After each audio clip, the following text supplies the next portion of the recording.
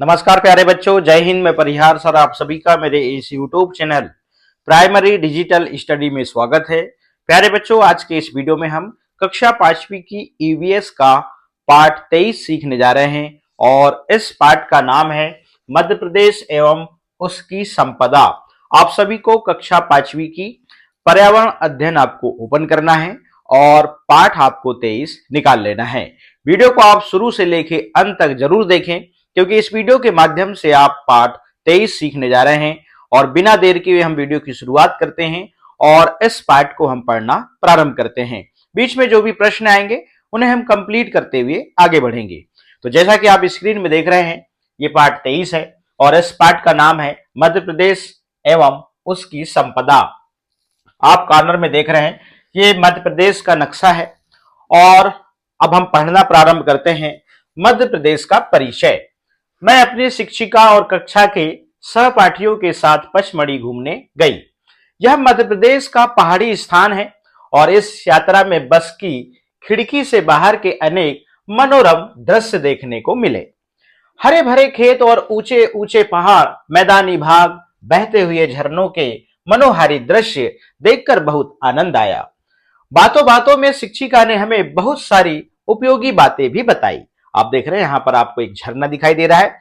शिक्षिका ने बतलाया कि हमारे मध्य प्रदेश में कई ऊंचे पहाड़ हैं जिनकी ऊपरी सतह लगभग समतल जैसी है, जिन्हें पठार कहा जाता है।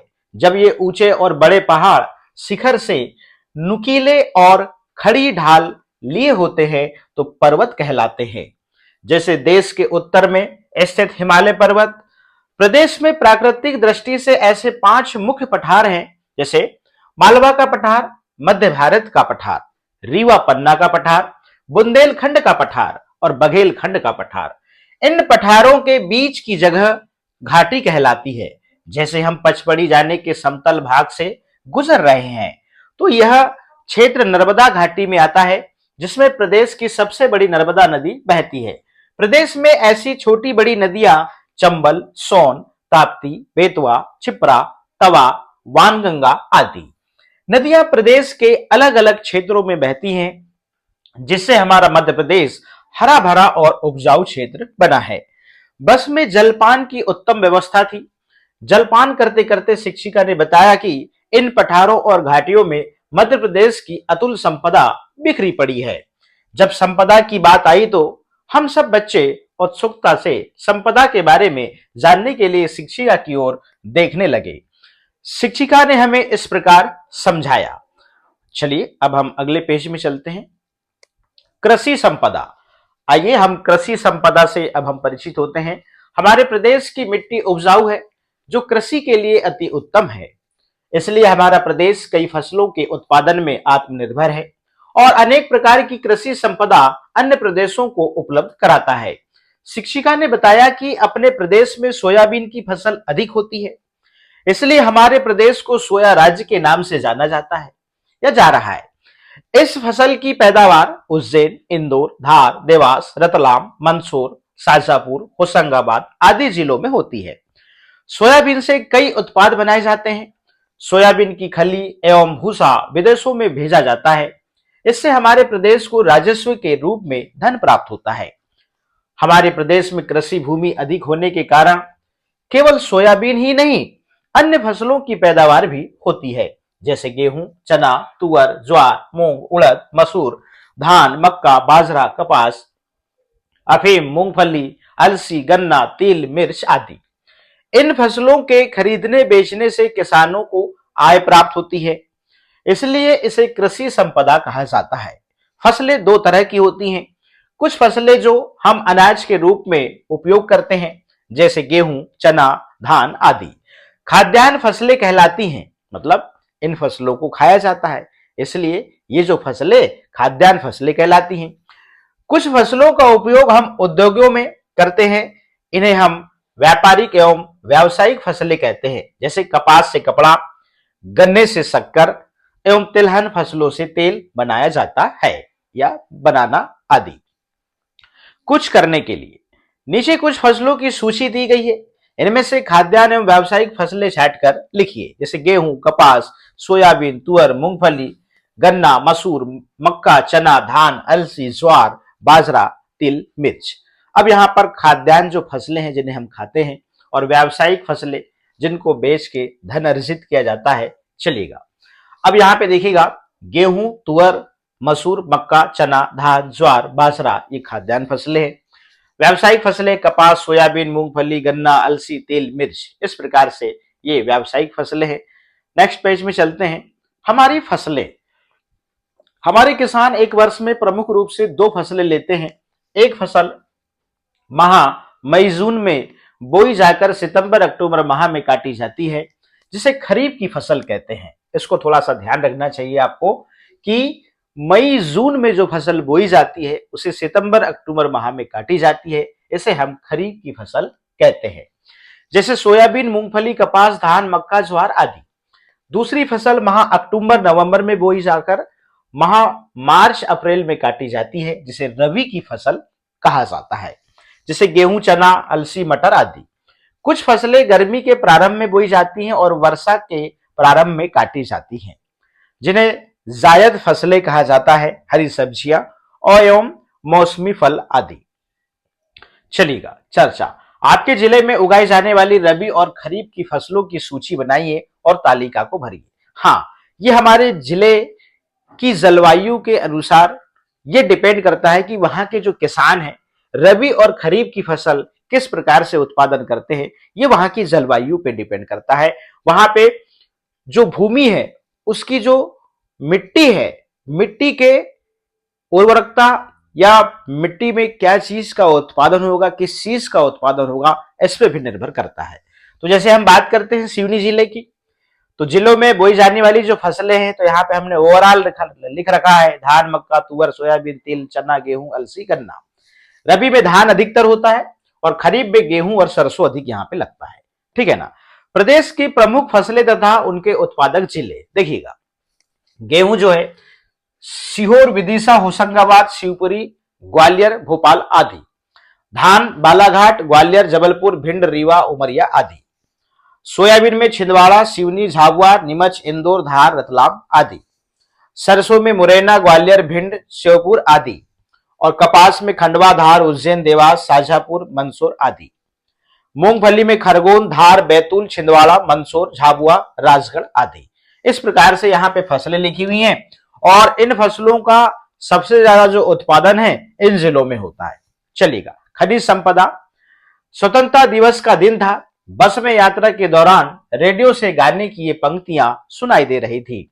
मेरे देश की धरती सोना उगले, उगले हीरे मोती, मेरे देश की धरती। तो निश्चित रूप से हमारे जो देश की धरती है वो सोना का मतलब आप जानते हैं जो फसलों से है, और उन फसलों से ही हमें जो धन प्राप्त होता है वही हमारे लिए हीरे मोती हैं।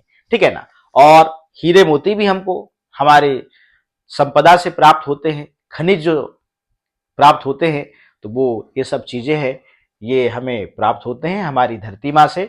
चलिएगा। इन पंक्तियों का आशय उस संपदा से है जो धरती से प्राप्त होती हैं, जिसमें फसलें प्राप्त होने के साथ में पदार्थ भी हैं जो जमीन के अंदर खाद्यान्नों से प्राप्त होते हैं, जिन्हें खनिज कहते हैं, जिनका उपयोग हमारी आवश्यकताओं जैसे बर्तन, सिक्के, आभूषण और मकान में होता है।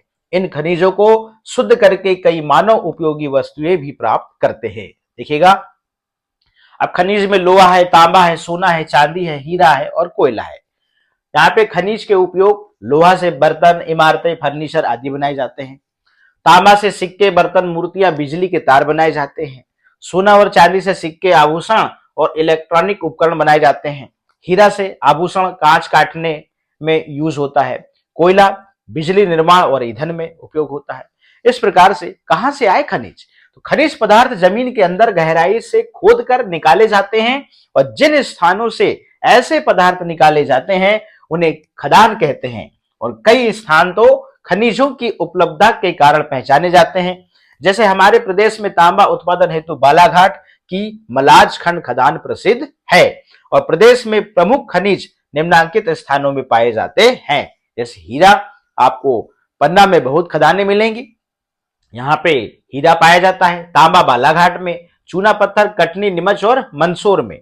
मालूम कीजिए आपके अपने क्षेत्र में पाए जाने वाले खनिज कौन से हैं एवं उनका उपयोग कहाँ किया जा रहा है, उनकी तालिका बनाइए। आपके क्षेत्र का नाम, तो आपके क्षेत्र का नाम जिस भी जिले से हैं आप अपने यहाँ पे जिला का नाम लिखिए। और आपके क्षेत्र में पाए जाने वाले खनिज, तो यहाँ पर डोलोमाइट और ग्रेनाइट और बेसाल्टिक पत्थर, जिसे हम गिट्टी बनती है, रेत और मिट्टी। तो डोलोमाइट जो है ये राजस्व के उपयोग में होता है, ग्रेनाइट जो है मकान में, और बेसाल्टिक पत्थर जो है मिट्टी के रूप में हमें जो है यहाँ पे प्राप्त होता है। पत्थर जो है और मकान और ईंट के उपयोग में जो है इनका हम उपयोग करते हैं। ठीक है ना, इसको आप गूगल से भी निकाल सकते हैं, अपने क्षेत्र के बारे में पता करो और लिखो। नीचे दो नक्शे वर्ष 2022 की स्थिति के दिए गए हैं। एक नक्शे में मध्य प्रदेश के 52 जिले अंकित हैं और दूसरे में मध्य प्रदेश के विभिन्न जिलों में पाए जाने वाले खनिज पदार्थों को संकेतों से दर्शाया गया है। आपको इन संकेतों को देखकर अपनी शिक्षिका की मदद से उन जिलों की पहचान करनी है जिनमें तालिका में दिए गए खनिज पाए जाते हैं। देखिएगा, आप देख रहे होंगे इसमें जिलों के नाम है। ठीक है ना, थोड़ा सा आपको क्लियर नहीं दिख रहा होगा, मगर आपको बुक में जरूर दिखेगा। सेम नक्शा आप देख रहे हैं, नीचे है, ऊपर जिलों के नाम लिखे हुए है और नीचे आप देख रहे हैं यहां पर संकेत दिए हुए हैं कि किस जिलों में कौन सा खनिज पाया जाता है। जैसे ये लोहा है, मैग्नीज है, तांबा है, बॉक्साइट है, चूना पत्थर, हीरा है ना, चीनी मिट्टी आप देख रहे हैं, और कोयला। तो इन चिन्हों के माध्यम से आप पता करिए कि ये चिन्ह जिस डिब्बे में बने हैं उस डिब्बे में किस जिले का नाम लिखा है। ये आपको इसको थोड़ा सा क्लियर करना है। तो बुक में आप देखेंगे तो वर्तमान में मध्य प्रदेश के 55 जिले हैं और ऊपर दिए गए 52 जिलों के अलावा 3 नए जिले मऊगंज, मैहर और पांडुर्ना का गठन किया गया है। तो अब टोटल जो है 55 जिले हैं। चलेगा, अपने अवलोकन को नीचे तालिका में भरिए। जैसे खनिज जो है, यहां पर आप खनिज के नाम देख रहे हैं और जिले, तो हीरा आपको पन्ना में दिखा होगा, पन्ना जिला में। मैग्नीज आपको छिंदवाड़ा में। कोयला जो है बैतूल, छिंदवाड़ा, सिंगरौली और उमरिया में। तांबा जो है हरदा, देवास और ग्वालियर में। चूना पत्थर जो है सतना और कटनी में। लोहा जो है धार, झाबुआ, उज्जैन और सिंगरौली में है। बॉक्साइट जो है सतना, कटनी, बालाघाट और मंडला में है। इस प्रकार से आपको सॉर्ट आउट करना है और इसमें लिखना है। क्या आप जानते हैं ग्रेफाइट खनिज से पेंसिल की लीड एवं स्लेट बनती है। जो आप पेंसिल यूज करते हैं और पेंसिल में आप देखेंगे जो नोक है काली वाली जो उसमें डली हुई है वो क्या है, ग्रेफाइट है। ठीक है ना। भारत में बॉक्साइट, लोहा, तांबा खनिज के उत्पादन में प्रदेश का महत्वपूर्ण स्थान है। पशु संपदा, हमारे घर की गाय का नाम लक्ष्मी है। लक्ष्मी स्वभाव में बहुत सरल है और हमारे घर के लिए बहुत उपयोगी। इसके दूध से दीपू रोज दूध रोटी खाता है और मां इससे घी मक्खन बनाती है। इसके गोबर से आंगन को लीपती है और कंडे बनाती है। हमारे जीवन में गाय का विशेष महत्व है। गाय हमारे लिए पूजनीय है और भारत में गाय को गौ माता कहा जाता है। दीपावली का पर्व पर गोवर्धन पूजा के दिन हमारे कृषक गाय बैलों को सजाकर उनकी पूजा करते हैं। गाय से प्राप्त दूध को अमृत के समान माना जाता है या माना गया है, क्योंकि यह बच्चों, बड़ों एवं रोगियों सभी के लिए लाभदायक होता है। दूसरे पशुओं के दूध की अपेक्षा यह अधिक पाचक एवं पौष्टिक होता है।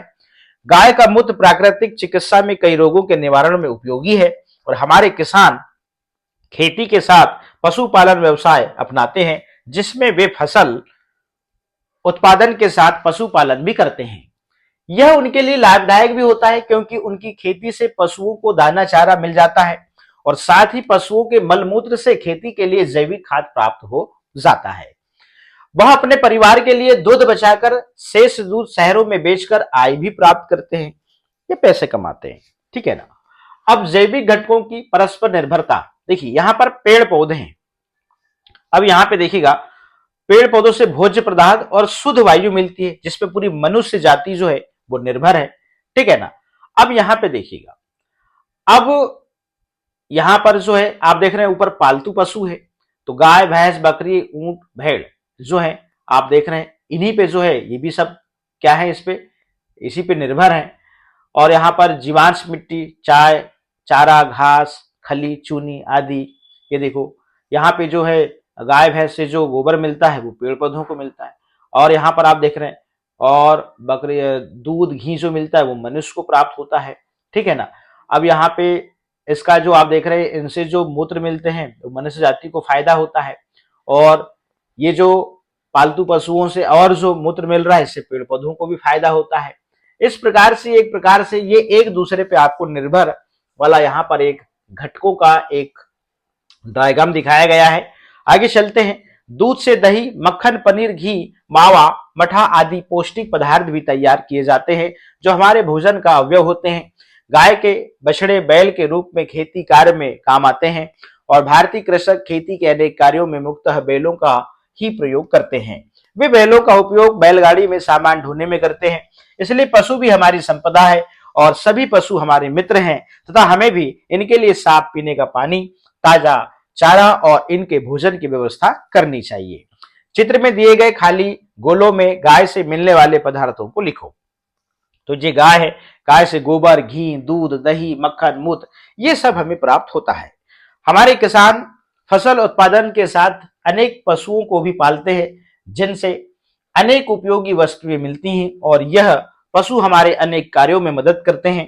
अपने साथियों से चर्चा करके चित्र में दिए गए गोलों के सामने उनकी उपयोगिता लिखिए।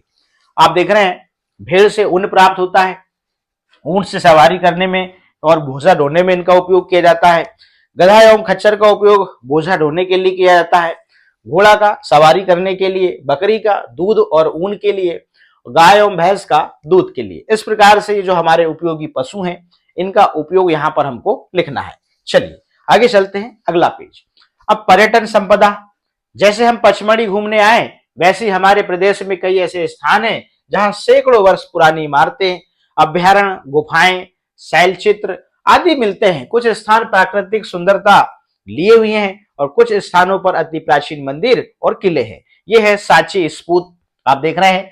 यह है भेड़ाघाट जबलपुर, आप यहाँ जाएंगे बहुत मजा आता है। और ये रहे महाकाल मंदिर उज्जैन, आप देख रहे हैं यहाँ पर महाकाल बाबा।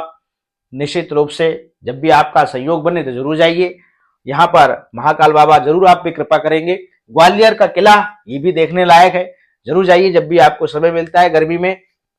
इन स्थानों को देखने के लिए दूर दूर से लोग आते हैं और ऐसे स्थानों को पर्यटन या दर्शनीय स्थल कहते हैं। देश विदेश से जो लोग ये स्थान देखने के लिए आते हैं उन्हें हम पर्यटक कहते हैं। वर्ष 2016 में महाकाल की नगरी उज्जैन में आयोजित सिंहस्थ मेले में देश विदेश से लाखों पर्यटक आए थे। इन पर्यटकों से जिले को बहुत आय एवं राजस्व की प्राप्ति हुई, इसलिए इन स्थलों को हमारी पर्यटन संपदा कहा जाता है। मध्य प्रदेश के कुछ शहरों को उनकी विशेषताओं के कारण अन्य नामों से भी जाना जाता है।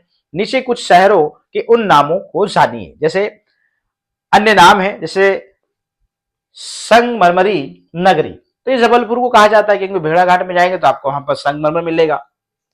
सतपुड़ा की रानी पचमढ़ी को कहा जाता है, यहाँ पर आपको बहुत घना जंगल मिलेगा और पहाड़ भी मिलते हैं। झीलों का शहर भोपाल को कहा जाता है, भोपाल घूम के आइए आपको बहुत झील मिलेगी यहाँ पे। महाकाल की नगरी उज्जैन को कहा जाता है, ठीक है ना। चलेगा, आपको नीचे तालिका में प्रदेश के कुछ दर्शनीय स्थल बताए जा रहे हैं जिनके प्रसिद्ध होने के कारण है। जैसे स्थान खजुराहो, ये कलात्मक मंदिर है यहाँ पे, ठीक है ना। भेड़ाघाट जबलपुर में जलप्रपात है, नर्मदा नदी पर संगमरमर पत्थर है, आप देखेंगे यहाँ का पत्थर अलग ही दिखता है आपको। उज्जैन में महाकालेश्वर मंदिर है, ज्योतिर्लिंग है, ठीक है ना। इंदौर में मध्य प्रदेश का सबसे बड़ा व्यापारिक शहर है। ग्वालियर का किला, खजुरी महल, झांसी की रानी लक्ष्मीबाई का समाधि स्थल है। मंडला में कान्हा राष्ट्रीय उद्यान है। शिवपुरी में माधव राष्ट्रीय उद्यान है। मांडव में मांडू का किला है। उमरिया में बांधवगढ़ राष्ट्रीय उद्यान है। सांची में अशोक द्वारा निर्मित स्फूर्त और बौद्ध विश्वविद्यालय है। पचमढ़ी में धूपगढ़, सतपुड़ा पर्वत के प्राकृतिक झरने हैं। भोपाल राजधानी में झीलों का शहर है, भारत भवन है, मानव संग्रहालय है और ताजुल मस्जिद है। भीमबेटका रायसेन में शैल चित्र है। ओमकारेश्वर मंदिर, ये भी एक ज्योतिर्लिंग है। छिंदवाड़ा पातालकोट है, यहाँ पर आदिवासी संग्रहालय है यहाँ पे।